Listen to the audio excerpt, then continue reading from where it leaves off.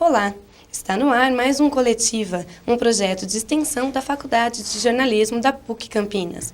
No programa de hoje, vamos receber a doutora Eliana Hess, juíza da 380 Zona Eleitoral de Campinas.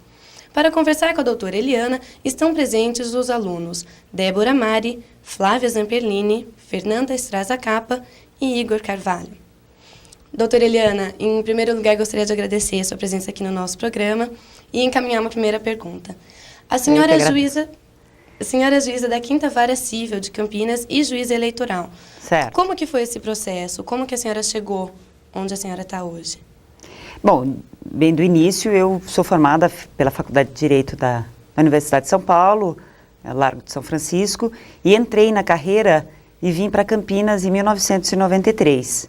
Estou na Vara Civil aqui em Campinas já faz 7 anos. Mas esse processo da justiça eleitoral, existe sempre uma renovação dos juízes aqui em Campinas. Então, todo ano, os juízes mais antigos podem se inscrever para essa função de juiz eleitoral. E há uma renovação periódica de 2 em 2 anos.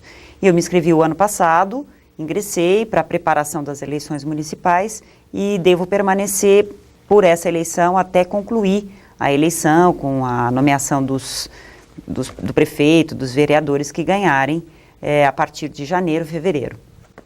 E a senhora acha que o nosso sistema eleitoral garante uma democracia? Quer dizer, ele garante que os interesses da maioria sejam representados e que o bem comum seja ouvido?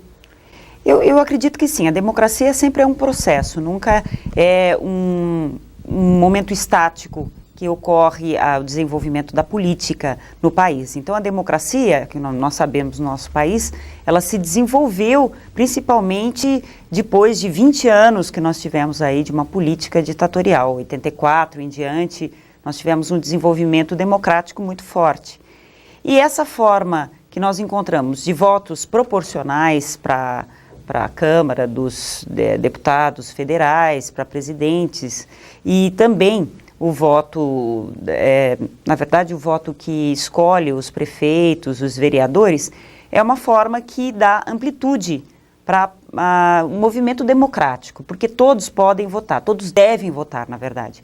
O voto obrigatório, como vocês sabem, é um voto dos 18 até os 70 anos de idade, facultativo dos 16 aos 18 e a partir de 70 anos.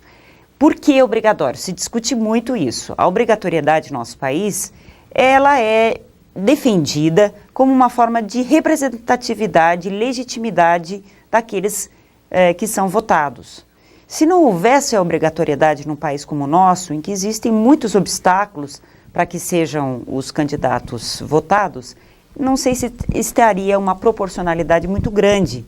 Então, essa obrigatoriedade, ela tem funcionado para que aquele que assume a presidência da República, na nossa votação agora, os prefeitos, os vereadores, eles tenham a maior representatividade democrática do povo para que eles assumam a cadeira, a função para quais eles escolheram. E hoje no país, as campanhas políticas, elas são financiadas por empresas, militantes políticos. E há aquela questão de um projeto que prevê o financiamento público das campanhas, que o governo destine parte de uma verba para ser dividida entre os partidos políticos. Qual o posicionamento da senhora em relação a esse financiamento governamental das campanhas? Eu acho que seria muito interessante o financiamento governamental, porque evitaria de um desnível entre as campanhas daqueles que, enfim, conseguem ter muito mais dinheiro com empresas e, por isso, tem muitos interesses econômicos atrás de cada um dos candidatos. Isso nós sabemos. Existe um controle de prestação de contas da justiça, que é sempre revisto ao final de cada uma das eleições, até pelo Tribunal de Contas e pela Justiça Eleitoral, e também das empresas, das pessoas físicas, de todos aqueles que fazem doação para os partidos ou para as coligações, né? Vários partidos em conjunto, PSDB, por exemplo, PT, PFL, PSDB e outros partidos que estão em conjunto. Seria muito interessante, mas o governo tem uma dificuldade muito grande para financiar as campanhas, porque não há verba suficiente para aplicação em outros setores que são importantes, educação, saúde, quanto há essa necessidade realmente de ser aplicada a verba, e para a campanha política seria muito interessante se houvesse pelo menos uma parcela para cada um dos partidos para equilíbrio. E eu concordo com isso, sim. Existe algum limite nos gastos das campanhas partidárias? Existe um limite determinado pela resolução do TRE. Existe até um controle que é feito das pessoas físicas que entregam cheques, que doam, que fazem doação. Existe um limite financeiro, existe um comitê econômico e financeiro de cada um dos partidos, que deve ser visto nessa assembleia que praticamente elegeu os candidatos a prefeito, vice-prefeito e os vereadores, principalmente. Os vereadores é um pouco mais simples, que eles podem estar ligados a um partido ou a coligações, né? Mas em relação a prefeito e vice-prefeito existe isso. Existem limites. Por exemplo, em relação às empresas, elas podem doar 2% do faturamento que elas tenham. Em relação a pessoas físicas, não existe, mas existe um controle, pelo menos, de doação. R$10 é uma coisa muito simbólica. Mas quando é um valor 500, R$1.000, geralmente existe esse controle e é prestado para a Justiça Eleitoral. Ao final é que nós vamos verificar tudo isso em relação aos gastos feitos na campanha. E na atual situação do país, muitas pessoas elas trocam seus votos por dinheiro, cesta básica, conta de luz paga. E a senhora acha que este é um problema significativo para o Brasil? Veja, o Brasil é muito diferenciado em relação às regiões econômicas. Então, se nós formos pegar o sul do país, São Paulo, que é uma população, embora com uma pobreza grande, mas mais instruído que o Nordeste, não seria um problema tão grande hoje.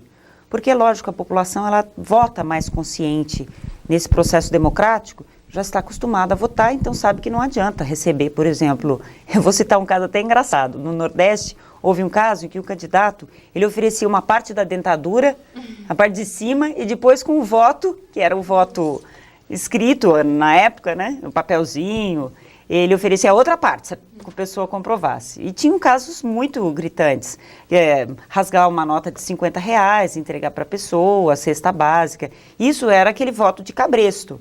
Isso ainda existe e o controle é muito complexo, porque nós sabemos que existe uma dificuldade muito grande no Nordeste e, vamos dizer, em todo o país, né? Em todo o país existem os bolsões de pobreza. E antes, quando era um voto por escrito, ainda era uma situação que nós podia se configurar isso. Agora, com o voto eletrônico implantado, principalmente a partir de 98, é uma situação que favoreceu muito mais todos aqueles que são eleitos. Porque esse tipo de voto mandado, voto de cabresto, ele acaba se disseminando, porque a pessoa vai lá, vota e não tem nada que comprove. Então pode até falar, não, votei no fulano, mas o voto é secreto, sufrágio secreto, universal, e isso é uma forma de compra de votos, que também é proibido. Inclusive a pessoa pode até, o sujeito que faz isso, se é ligado a um partido político, ele responde, e se é o próprio candidato que mandou fazer isso, ele pode perder o mandato, por inelegibilidade, que se chama, se for ficar configurado realmente que ocorreu esse fato de compra de voto, aliciamento de votos. E, doutora, uma pesquisa realizada pelo Ponto de Vista, pesquisa de opinião, a pedido da entidade Transparência Brasil, constatou que 34% dos jovens campineiros, né, de 16 a 24 anos, eles estão dispostos a negociar os seus votos.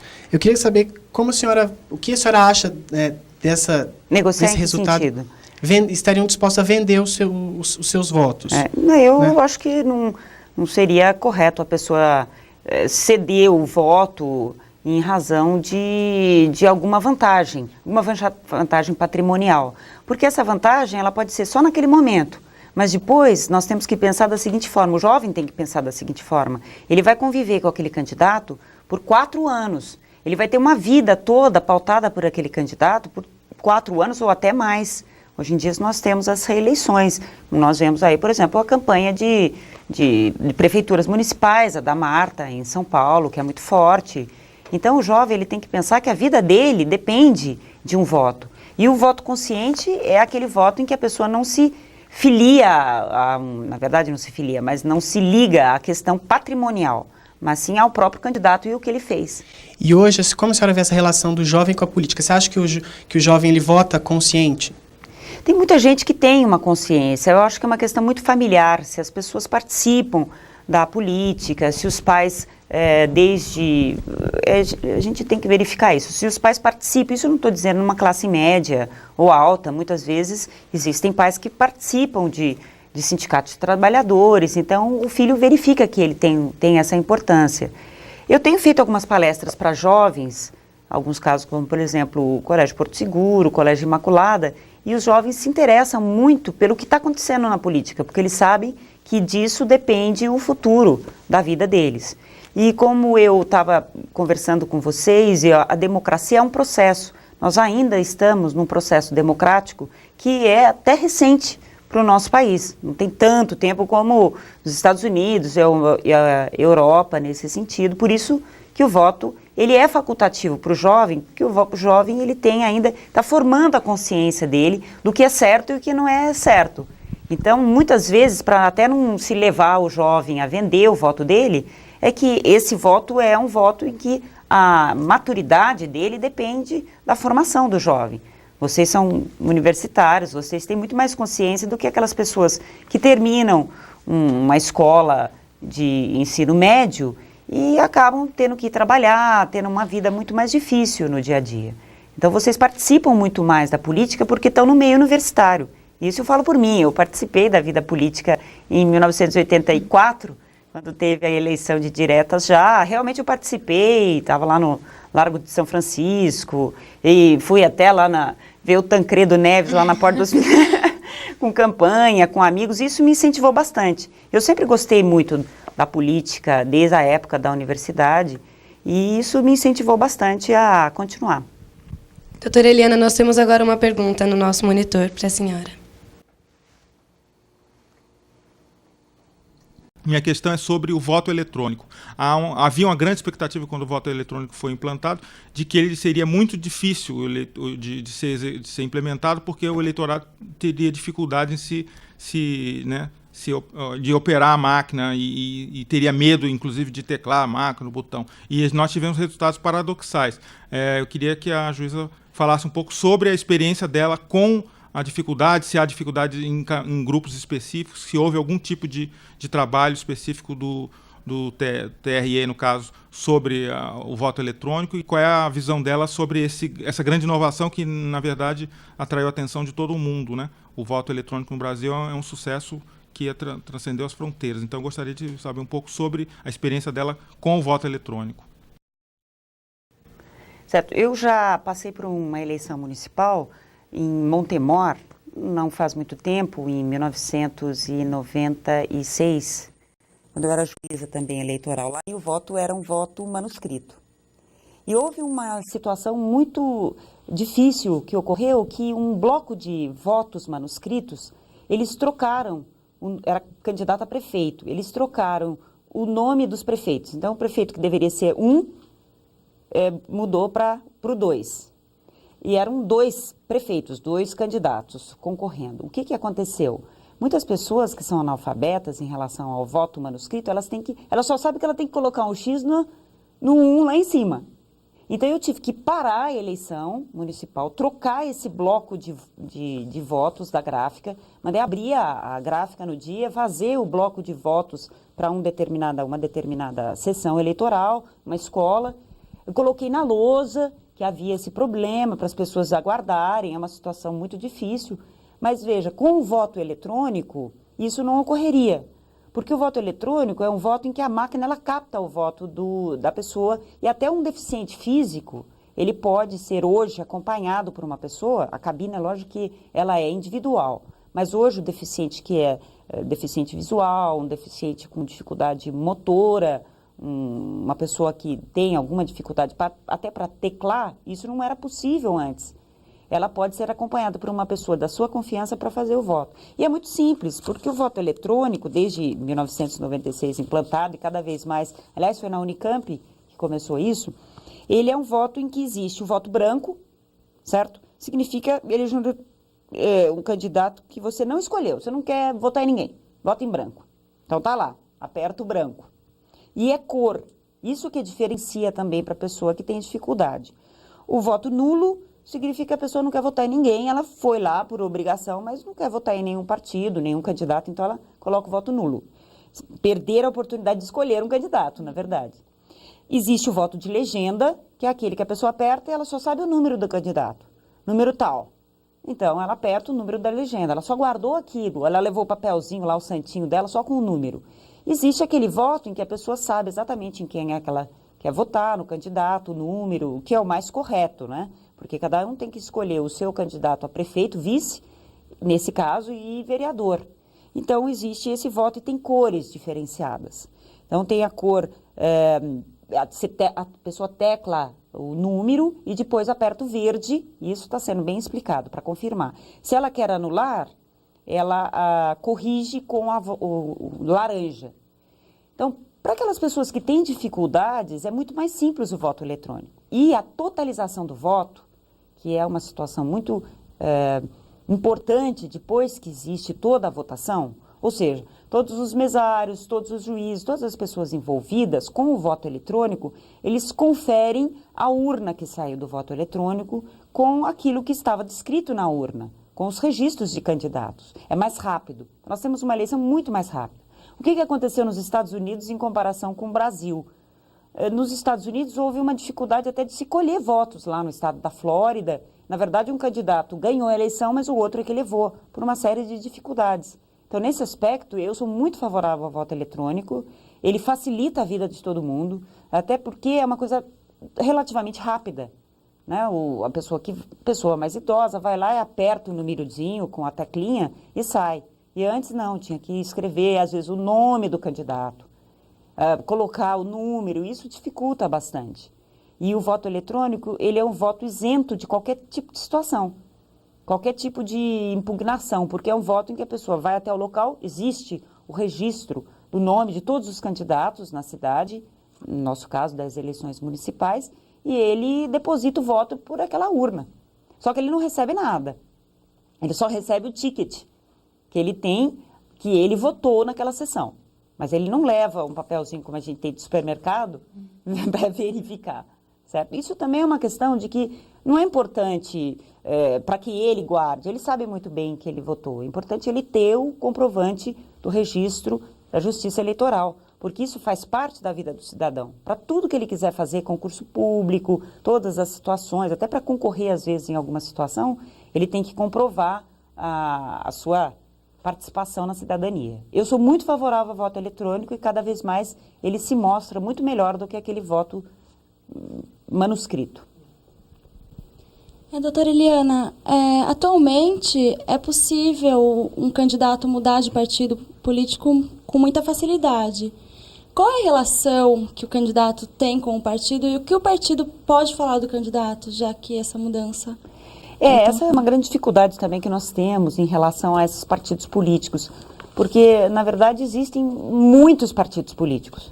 Tem HPD, DHP, LMN, tem siglas que a gente nem sabe, não é verdade? A gente conhece os partidos mais comuns, o PT, o PFL, PMDB, o PSDB, que são siglas muito comuns. Mas se você pega uma coligação, você vai verificar lá que existe uma coligação partidária, existem muitos partidos.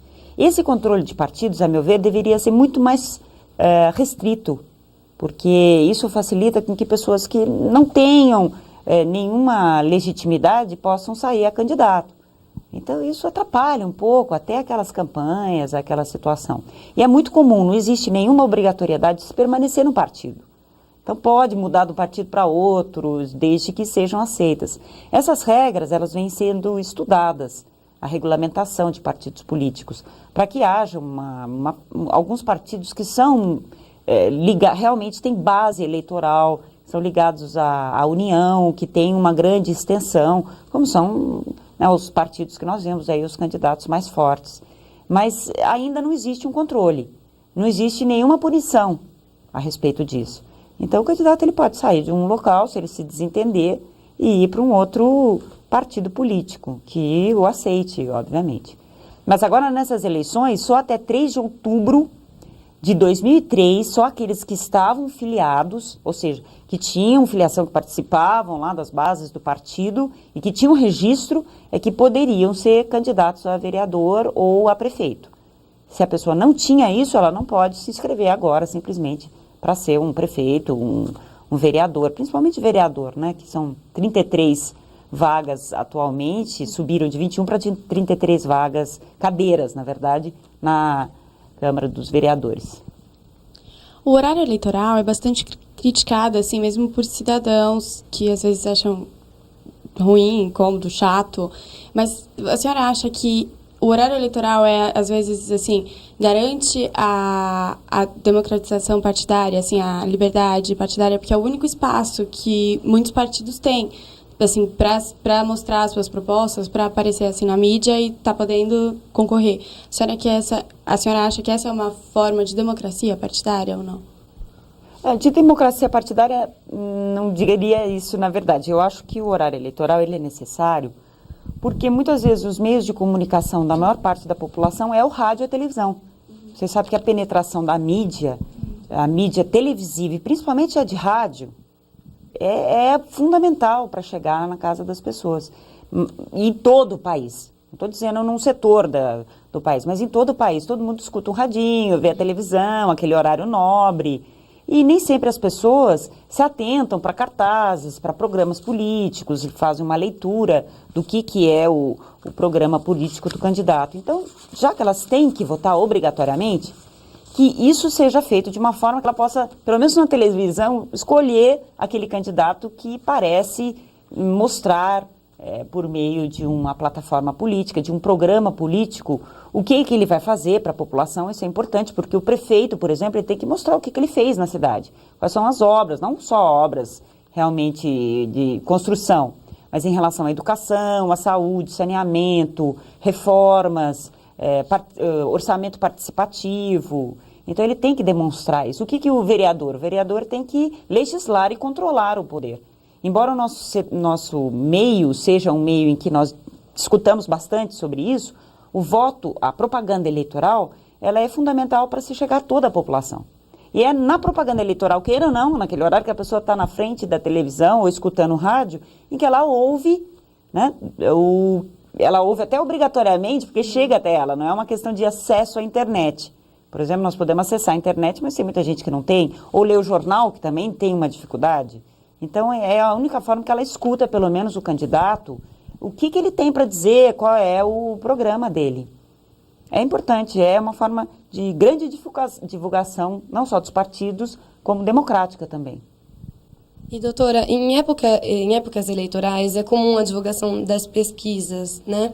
Essas pesquisas, algumas vezes, acabam influenciando o voto dos cidadãos. Alguns mais desinteressados se deixam levar por quem está ganhando, alguns que realmente não querem, não buscam fazer um voto consciente. A senhora acha que a divulgação dessas pesquisas mais ajuda ou atrapalha a vida de um cidadão? As pesquisas do IBOPE, as pesquisas que são registradas, que existem institutos de pesquisa e de estatística que devem ser registrados na Justiça Eleitoral para que eles possam divulgar, não é qualquer instituto, né? IBOPE, Datafolha. Essas pesquisas, elas têm uma margem de erro, chega até 3%, que se diz de margem de erro.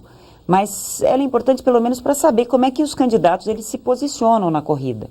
Agora, isso não pode influenciar necessariamente o voto de uma pessoa que tem um interesse mais consciente de votar, né? Que ela sabe exatamente em quem ela vai procurar depositar o voto dela, se a pessoa fez alguma coisa já na vida dela, em campanha. Então, o voto consciente é aquele em que o eleitor, ele procura saber o que o candidato fez anteriormente, qual é a vida dele, em que partido ele está ligado, se esse partido tem representatividade, se o candidato já fez algum trabalho, obra mesmo, com a comunidade, porque isso tem que ser feito normalmente, os candidatos, e se aquelas promessas são promessas que pelo menos ele cumpriu alguma coisa, se for uma reeleição. E qual o tipo de visão que ele tem da administração urbana. Então, ele tem que demonstrar, eu vou fazer, por exemplo, eu vou ampliar as verbas relacionadas com esporte, para que exista melhores atletas lá em Pequim, em 2008. Isso são coisas que são fundamentais para que o voto consciente seja realmente feito. Então, as pesquisas, elas divulgam só essa corrida mesmo eleitoral dos candidatos mais fortes. Ou todos, né? Ô, doutora, a formação do plano político por parte dos candidatos, ela cada vez mais está se moldando ao perfil do eleitor. Os candidatos eles estão optando para seguir, ter uma segmentação, tanto dos homossexuais quanto das mulheres. A senhora acredita que isso possa prejudicar o plano político para a sociedade num todo? Eu acho que depende. Existem certos setores hoje da população, como, por exemplo, o voto para as mulheres, o voto para as pessoas deficientes, para, enfim, se for considerar para os negros, essas cotas que nós estamos discutindo aí em universidade. Existem candidatos que se identificam com aquilo, até com homossexuais, nós sabemos disso, é claro. Então, dependendo do comportamento, da posição política, ele pode conseguir um eleitorado maior se ele defende o voto, a amplitude, por exemplo, de vaga para negros, nós sabemos isso, a campanha para creches em todos os lugares para as mulheres. Mas isso não pode prejudicar aqueles que não fazem parte desse grupo? Na verdade, a representatividade que existe é uma representatividade de todo o setor.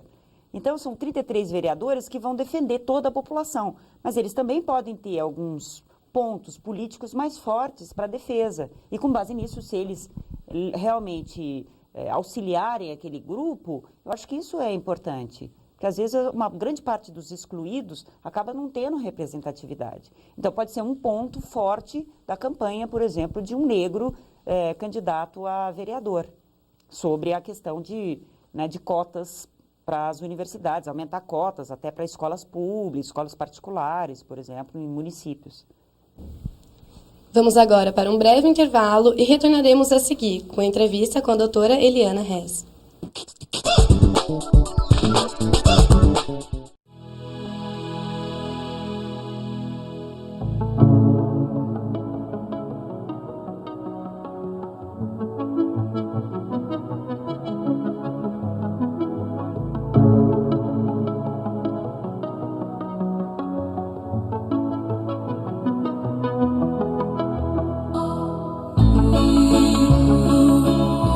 Apesar de todas as desgraças, há uma pátria. E é por essa pátria que ainda estou lutando. A essa pátria, se eu pudesse renascer hoje, iria dedicar todo o meu tempo novo em uma campanha de restauração da dignidade da vida do país.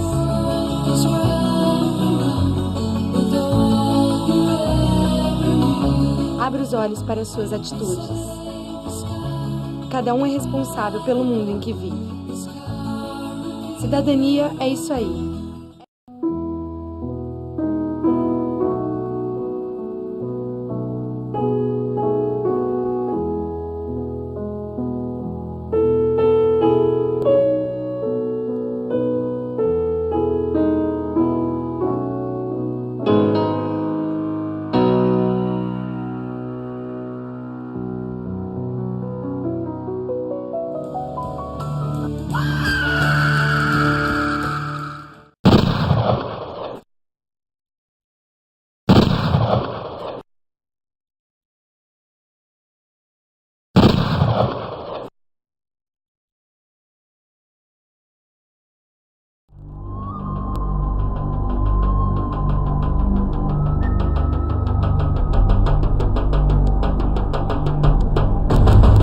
Campanha do Desarmamento, uma iniciativa do governo do estado de São Paulo.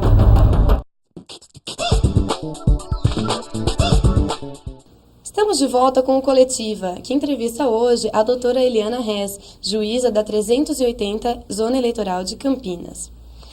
Juíza, o sistema eleitoral de Campinas sofreu algumas mudanças esse ano. Como a senhora disse no primeiro bloco, o aumento do número de vereadores e algumas outras mudanças. Queria que a senhora dissesse para a gente quais foram essas mudanças e qual é a melhora que ela proporciona para os cidadãos e tanto para as pessoas que trabalham nas eleições. A mudança que houve foi na Câmara dos Vereadores, que nós tivemos um aumento de 21 para 33 vereadores, 33 cadeiras. Isso significou uma mudança em relação a um levantamento que foi feito estatístico no Brasil inteiro, não só em Campinas, para aumentar o número de vereadores ou diminuir o número de vereadores dos municípios, em razão do número de votantes, da participação política dos eleitores e também número de habitantes. Então, Campinas tem 1.006.000 habitantes e aumentou de 21 para 33. Por exemplo, Guaratinguetá, que tem 106.000 habitantes, diminuiu de 12 para 11, de 13 para 11, desculpa, de 13 para 11 vereadores. Isso significa proporcionalidade para se representar a parcela da população e também os gastos que são feitos pela Câmara dos Vereadores em relação ao pagamento dos vereadores que vão assumir a vaga. E em relação às novas zonas eleitorais, houve um aumento? Também. As zonas eleitorais de Campinas eram em número de 3 e foram aumentadas para 6 zonas eleitorais, que elas são distribuídas por região. Isso também foi feito pelo Tribunal Regional Eleitoral em razão de uma estatística que foi levantada para se saber como as zonas podem abranger o eleitorado. Então, um número de sessões eleitorais, que são 1.500 sessões eleitorais, de mesários. Hoje existem mesários voluntários, não sei se vocês têm conhecimento, são aquelas pessoas que são obrigadas, são mesários. E outros que podem se inscrever pelo site do Tribunal Regional Eleitoral. Até gostaria de divulgar, porque tem 2 questões importantes do site, que é o www.tre-sp.gov.br.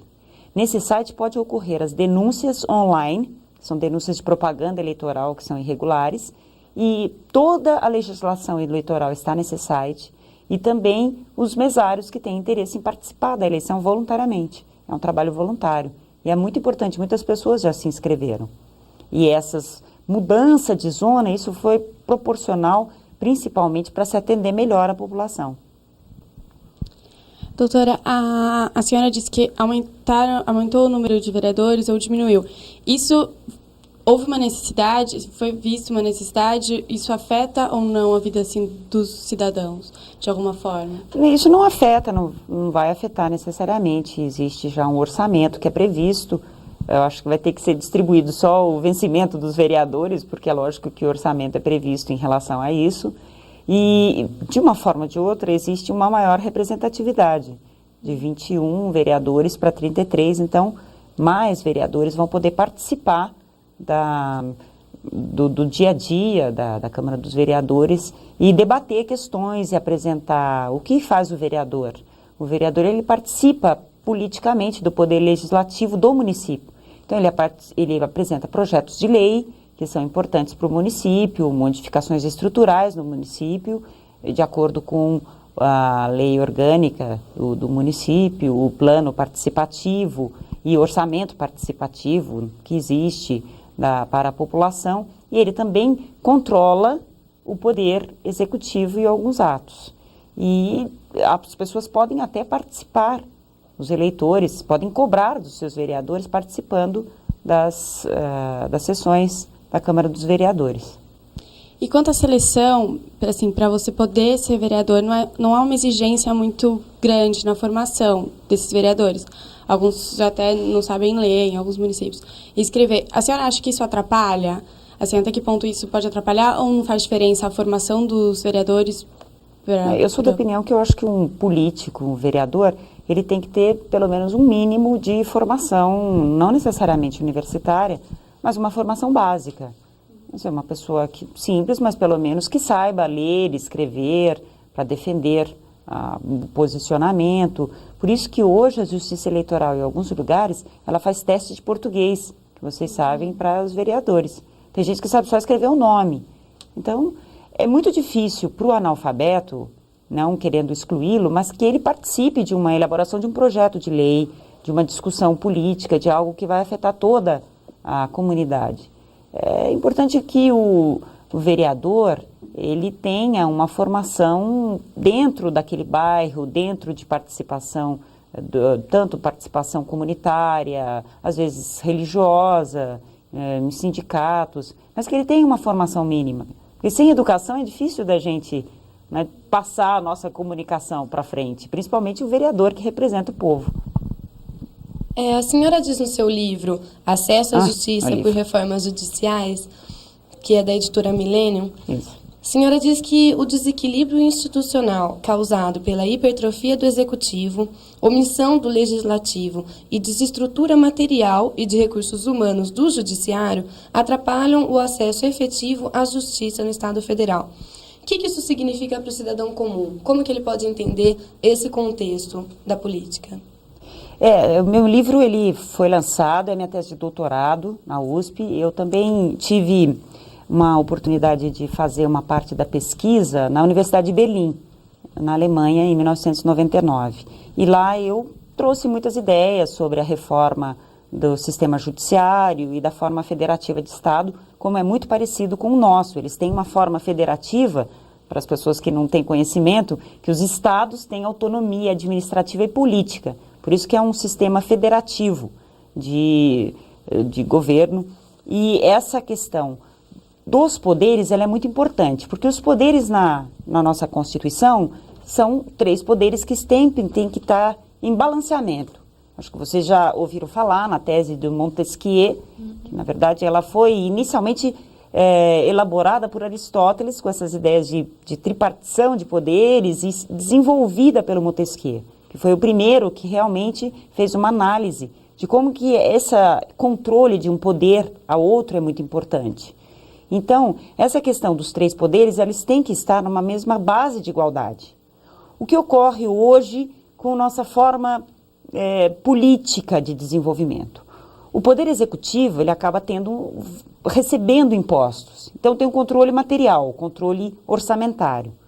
O poder legislativo, muitas vezes ele discute CPIs, questões que estão ligadas a questões políticas do próprio poder executivo. Ele faz funções atípicas, que é a própria eleição de julgar. Então, cada poder tem a sua função típica.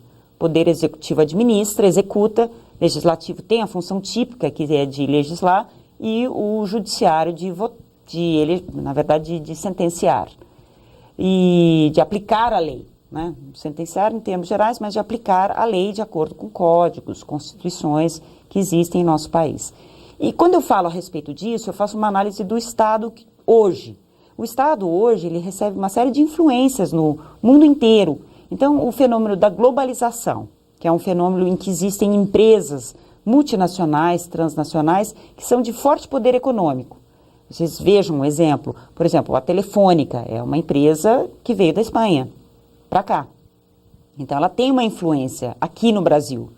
E o que ela interessa aqui no Brasil? Ela interessa ter lucro para levar para lá. Então, essa questão de globalização, que é uma questão ligada à economia, ela interfere muito hoje na política. O poder executivo é aquele que ele praticamente tem que governar, ele tem que fazer os atos. E ele controla, certo? Ele controla o dinheiro. E quem controla o dinheiro de hoje tem muito mais força política. E, ao mesmo tempo, ele legisla, que é uma função atípica. Por quê? Porque ele faz medidas provisórias, certo? E controla muita coisa. Hoje, você sabe que hoje o governo está satisfeito com uma posição do Poder Judiciário que votou uma questão previdenciária, a reforma previdenciária. Vocês vejam como um poder ele tem importância em relação ao outro. A cobrança dos inativos de uma contribuição previdenciária que foi prevista na reforma da Previdência. Então, isso foi acatado pelo Poder Judiciário em questões, em bases legais. Isso é certo, com base na Constituição. E o que acontece hoje em dia no mundo inteiro? Existe uma forte concentração de poder no Poder Executivo. Se você tem um sistema presidencialista, como é dos Estados Unidos, que a gente vê, que existe lá o presidente define a situação política, não só do país dele, como de outros. Então, nós verificamos que o Poder Executivo é muito forte. E isso teria que ser amenizado por 2 outros poderes que também atuassem efetivamente, que é o Legislativo e o Judiciário, para ter o que se chama de balanceamento dos 3 poderes, certo? Um controlando o outro, até para existir uma forma democrática, como nós verificamos. Então, eu fiz uma análise uma análise voltada a essa questão de como o Estado hoje tem que se reestruturar, porque senão nós vemos só uma situação de fato em que o poder executivo é muito forte, o legislativo se perde um pouco porque ele quer controlar o executivo por CPIs, discussões políticas e deixa de lado questões importantes para votar, e o judiciário, qual o problema do judiciário? Falta de estrutura básica. Então, hoje existe uma greve dos funcionários do judiciário por falta de dinheiro, por falta de verbas, isso paralisa a justiça. E também a questão do judiciário em relação ao número de funcionários e de juízes, que é muito precária. Existe um juiz em Campinas para cada 100 mil habitantes. Comparativamente, a Alemanha é um juiz para cada 4 mil habitantes. Essa é a tese do livro em termos de estrutura dos poderes. Doutora, no seu livro a senhora também afirma que não basta somente a reforma do Poder Judiciário, mas deve também ser concretizado novas vias alternativas extrajudiciais de soluções de conflitos. Mas quais seriam essas vias? A reforma que eu me refiro, na verdade, é essa reforma política que está sendo discutida, que existe um projeto de emenda à Constituição, e esse projeto está sendo desenvolvido há 12 anos na Câmara Federal, está sendo discutido, debatido, e não chegou-se a um consenso ainda, tanto que foi aprovado no Senado, mas existem ainda alguns destaques. Mas a questão importante é saber exatamente quais são as reformas necessárias para que a justiça, ela não seja uma justiça que ocorre hoje em dia. Não estou dizendo a justiça em termos de justiça social, mas a justiça no significado de poder judiciário. O poder judiciário hoje, ele está desestruturado por falta de orçamento de material no país inteiro. Então, às vezes, nós vemos estatísticas, levantamentos, que não são exatamente, que não tem um perfil do judiciário no país inteiro, porque existem diferenças das regiões, certo? Como eu disse para vocês, o poder judiciário ele é muito amplo no país todo. Então, essas reformas que seriam necessárias, seriam reformas básicas de modernização do judiciário.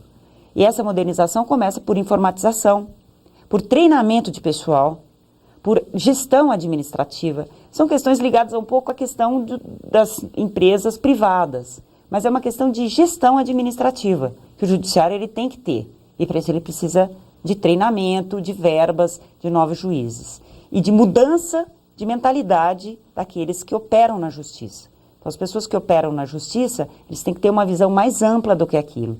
E por isso que, mudando a mentalidade, isso começa na Faculdade de Direito, é que eu sou favorável a esses meios alternativos de solução de conflito, porque, na verdade, tudo acaba sendo um conflito levado para o judiciário. O judiciário acaba verificando questões de pequenas causas, grandes causas, volumosas, trabalhistas, federais, tudo.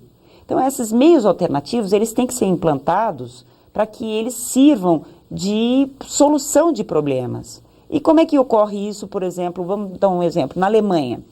Na Alemanha existem conflitos de trânsito, que são resolvidos muitas vezes, como eu já haria aqui, só que por conciliadores. São pessoas que, na verdade, participam de um grupo dentro de uma comunidade, dentro de uma cidade, e resolvem, tem um árbitro, as testemunhas são levadas até lá e ele resolve a questão do trânsito, certo? E isso vale como título executivo para que a pessoa que não paga, que tem a culpa, o sujeito bateu na traseira do outro, o sujeito que tem a culpa realmente, que agiu por alguma imprudência, ele possa ressarcir aquele que teve o prejuízo.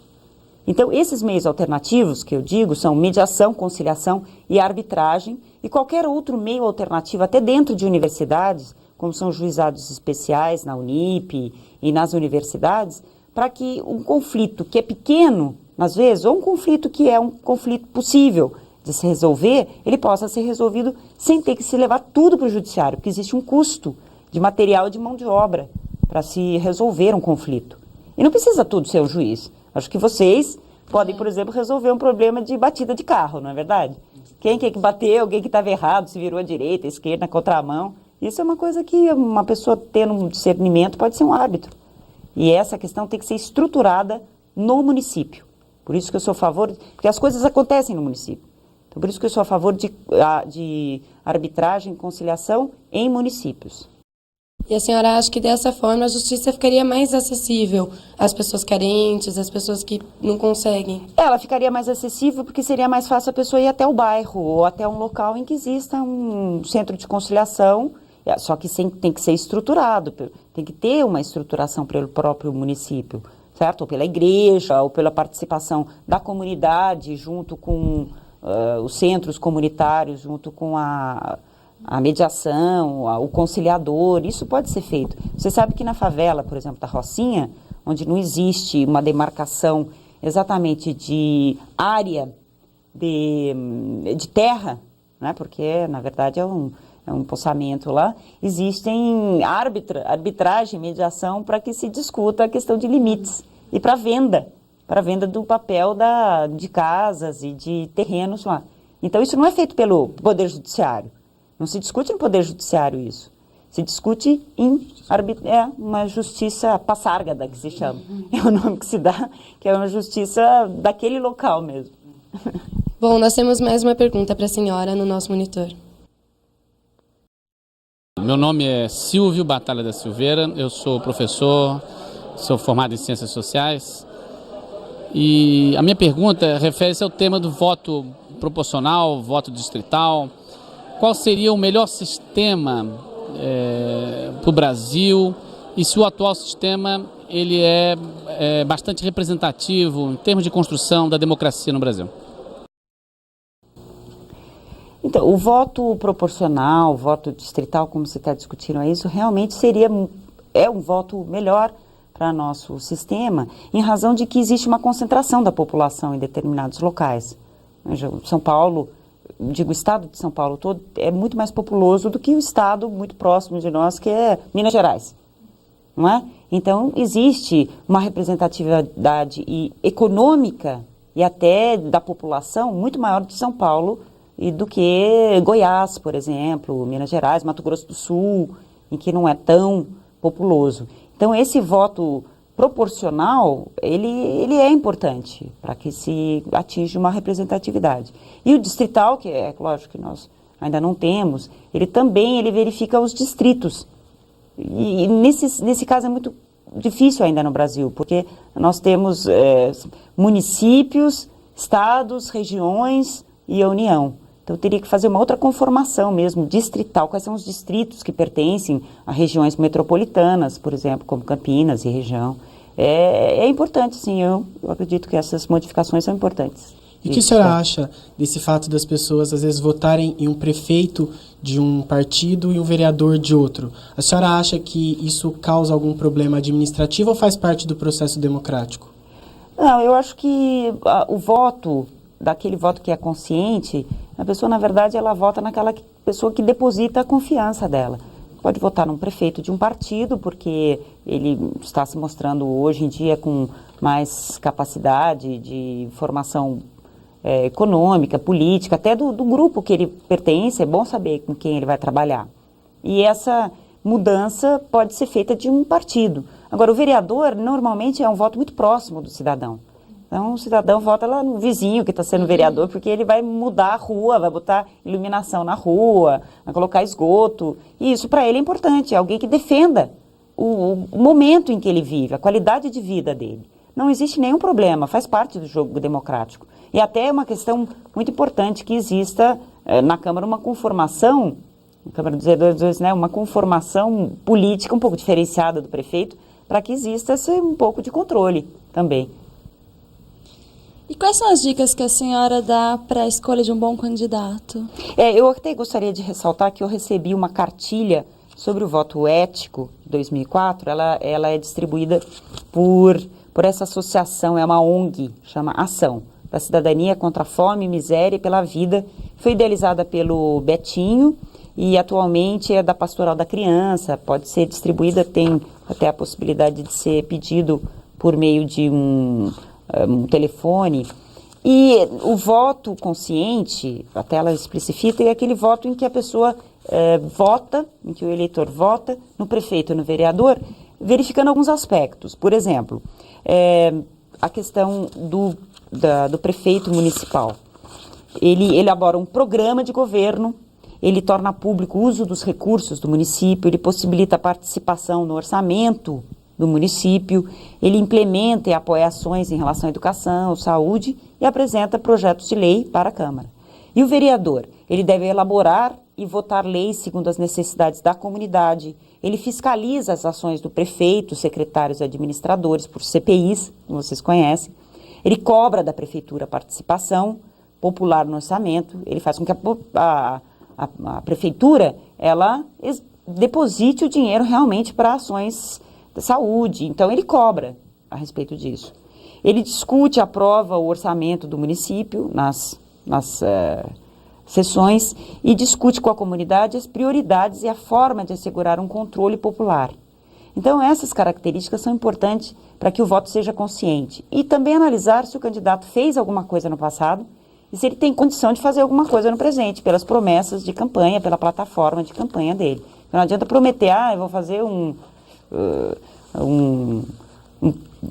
piscinão de ramos aqui em Campinas, lá no Taquaral. Não adianta fazer esse tipo de... Eu estou só idealizando, certo? Mas não adianta fazer isso. Por mais que a população queira, é uma ideia abstrata, é uma situação que não vai ter dinheiro para isso, nem tem tanta importância. Né? É uma questão de lazer, tal, que às vezes para uma população, vai ser bom, mas é um exemplo aí fictício, mas às vezes pode ter gente que fale a respeito disso.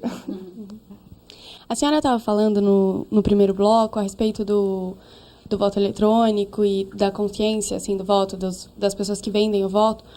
A senhora falou que com o voto eletrônico, o eleitor, ele não tem mais tanto ele não é tão controlado, porque ele não tem um ticket, a senhora até falou, como se fosse um ticket de supermercado, falando tudo que ele comprou, ou, certo, no caso, tudo que ele votou. Não é feita essa... Não é especificado o candidato no qual ele votou. A senhora acha que isso é melhor até, porque também limita mais o controle dos candidatos, a compra dos votos, porque não tem como o eleitor provar em quem ele votou. A senhora acha que isso foi programado ou não? Não, eu acho muito melhor o voto eletrônico por uma questão de que, primeiro, a agilidade do voto eletrônico, a agilidade de se saber quem é o candidato, a transparência que existe no voto eletrônico. Para o voto eletrônico, a pessoa pode levar lá um papelzinho com número e nome, isso não significa que ela não possa entrar com nada, ela põe no bolso o nome, número do partido, do candidato a prefeito, a vereador, isso é até importante, porque chega lá fica muito mais fácil, você digitar o número do candidato, tá lá o nome do candidato, é esse? Então aperta lá a tecla verde e confirma. Mas isso faz com que o eleitor ele se sinta mais seguro em realmente votar. Porque ele chega lá, ele sabe que na urna já são depositados os nomes de todos os candidatos. E esse controle é um controle que não existe. Eu não diria que o voto manuscrito seria uma forma de controlar, tá certo? Mas sempre existe uma certa dificuldade num voto manuscrito. Quando era no voto manuscrito, para escrever o nome do vereador, vocês não imaginam o que esse pessoal escrevia. Tinha nome que às vezes tinha voto nulo da pessoa, porque a gente não entendia a letra. Eu vou lá, fulaninho de tal. Não dava nem para saber o que era, nem fulaninho, nem de tal. Então, não é? É difícil. Às vezes tinha gente que votava na Xuxa. Tá certo, eu admiro a Xuxa como apresentadora. Eu não sabia se era a Xuxa as apresentadora ou se era o Xuxa, que é hoje em dia o nadador. Então veja a situação, às vezes tem nome que confunde, Joãozinho da Silva, tem um monte de gente. Então isso, o voto eletrônico facilita porque ele é rápido e é certo, é preciso. Só as pessoas que estão lá, não adianta você querer votar na Xuxa, porque não vai ter nome Xuxa. Então vai estar lá, não vota, então anula o voto. Tá certo? Tem que anular o voto, não adianta querer ficar insistindo em colocar um nome diverso daquele. Mas ele é mais célere e é mais preciso do que o voto manuscrito. E no primeiro bloco, a senhora colocou algumas das funções dos juízes eleitorais. Eu queria que a senhora reforçasse, né, a função desses juízes e me explicasse o que eles fazem durante os períodos não eleitorais. Certo. Então, os juízes eleitorais, eles são votados são juízes estaduais nos municípios que fazem parte de um processo das eleições municipais ou eleições proporcionais da União, para presidente, para senadores, proporcionalmente, aqui é o voto majoritário. Tanto que nós estamos no dia 3 de outubro, quem obtiver 51% dos votos válidos, ele consegue ganhar. Mas é complicado, é difícil. 650 mil eleitores, nem sempre se chega a isso. São muitos candidatos, né? São 7 candidatos. Então, normalmente se passa para um segundo turno, quando a eleição é muito concorrida. Mas o juiz eleitoral, ele tem a função, que é o juiz estadual, ele tem a função de fazer todo esse processo político, de captar, principalmente de subscrever, vocês podem verificar na cédula lá do título de eleitor, de subscrever o voto. Isso significa o quê? Que o candidato vai até a Justiça Eleitoral e deposita lá a candidatura dele registrada. E o eleitor vai até a Justiça Eleitoral e se qualifica. Eu moro em determinado local, a minha residência, o meu domicílio, na Rua 10, número 5, e quero votar em Campinas, sou eleitor, tem tantos anos. Então, essa qualificação ela é depositada na Justiça Eleitoral, tanto do eleitor quanto do candidato. Isso é uma forma de transparência e de clareza.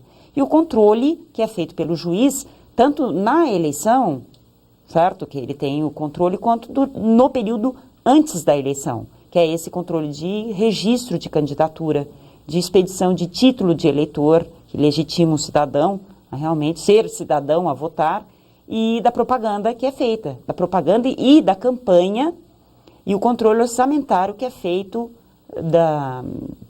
de toda essa parte de partidos políticos. Bom, doutora Eliana, gostaria mais uma vez de agradecer a sua presença aqui no nosso programa e abrir um espaço para as suas considerações finais. Eu que agradeço vocês aí da oportunidade, espero que eu tenha sido bastante clara aí na minha preleção sobre a Justiça Eleitoral, e eu peço a vocês que divulguem para todos, que façam um voto consciente, porque nós precisamos, a nossa cidade é uma cidade bonita. Eu não sou campineira, mas já recebi o título de cidadã campineira e amo muito Campinas e quero que aqui ganhe o melhor candidato a prefeito, os melhores candidatos a vereadores e que leve a nossa cidade a ter uma grande melhoria. Então, o voto consciente, ele tem que ser conscientizado para toda a população, demonstrar para as pessoas que realmente elas têm que participar da eleição, porque isso faz parte de qualidade de vida nossa. E eu agradeço a oportunidade de vocês de me convidarem novamente. E para quem tiver interesse em adquirir o meu livro, ele está em todas as livrarias aqui. É um livro didático e fala sobre todas essas questões aí que nós estamos discutindo, acesso à justiça, reformas, questões das eleições também. Eu agradeço bastante a oportunidade. Muito obrigada. Convidamos você para o próximo Coletiva, um projeto de extensão da Faculdade de Jornalismo da PUC Campinas. Até mais!